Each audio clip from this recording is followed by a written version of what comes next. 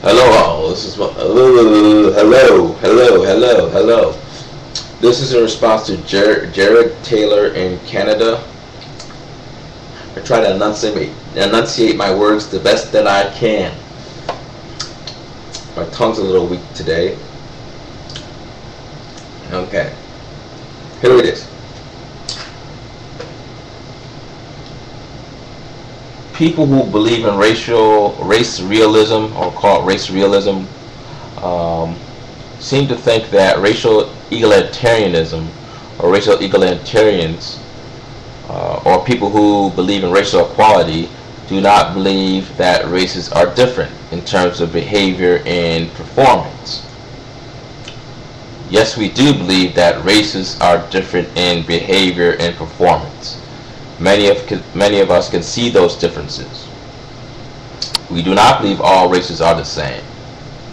However, we do believe that all races have the same intellectual and physical capacity, which is contrary to racial realism.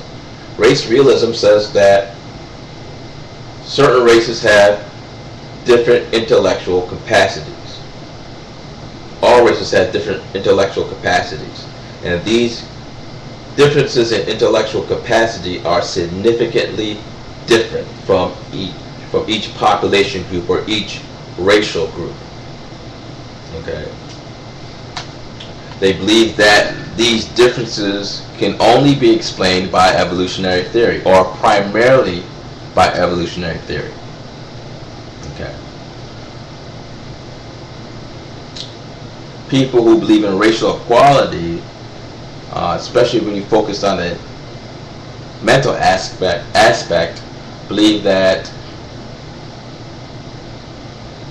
human beings have equal creative, intellectual, spiritual capacities. There's no difference in capacity in any statistically significant way. I think I said that the best I could. I know that's not technically correct to some English majors out there, but I'm trying the best that I can to explain this. Okay. That is the big difference between race realism and us who promote equality. The only thing that I can say about race realism is that you have to be careful about saying that these guys are white supremacists. Okay, Felipe Roushtan is not a white supremacist. Even if we infer that IQ is an objective measurement of man, it's a significant measurement of man, and therefore saying that one race is superior is trying to say is racist or racist toward that group.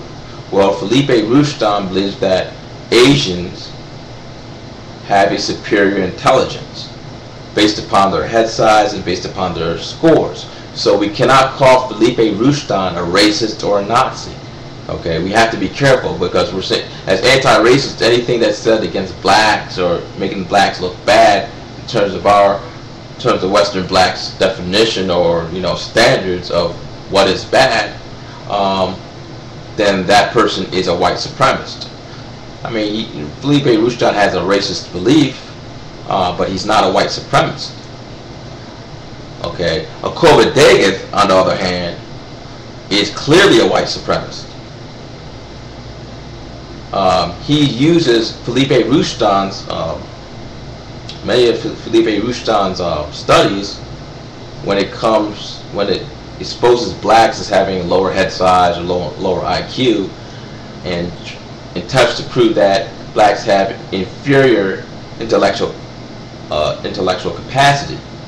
That by itself does not make him a white supremacist.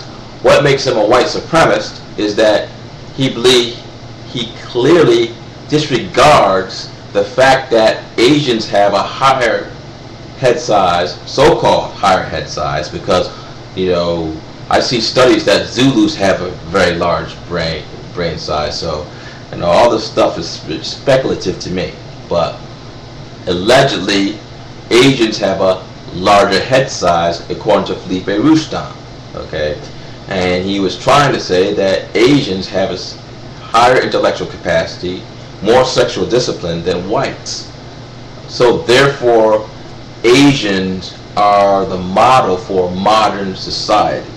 Okay, while blacks are not, in general, or have a tendency not to be the model to be compatible with modern society. Modern, M-O-D-E-R-N. That's what I'm pronouncing, modern. Okay, so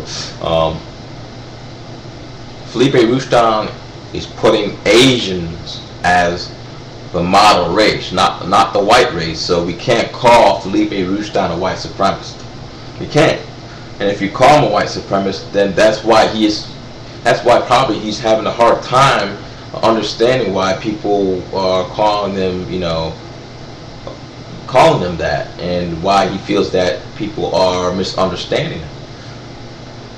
On the other hand, Akoba Daith is one. Now, between these two, which one is worse? Which theory is worse? Well, I can't really make a judgment on that because each one promotes one race superior, higher on the intellectual capacity chain than the other race. But what is different from Felipe Rustan is that, yes, he does say blacks have the lowest intellectual capacity, but he puts Asians on top, which supersede the historical trend of putting the white race on top of having higher intellectual capacity. Okay, well, I explained the differences in that. So in my next video, I'm going to explain what are the motives behind race realism. Some race realists, we can't stereotype all race realists as people who don't hate blacks or hate whites. I'm going to explain some of the nuances about race realism. And some of the hypocrisies, maybe superficial hypocrisies, but hypocrisies from many people in our camp of anti-racist, or I would say double standards. So let me get out of this one and I'll explain that one. Have a nice day.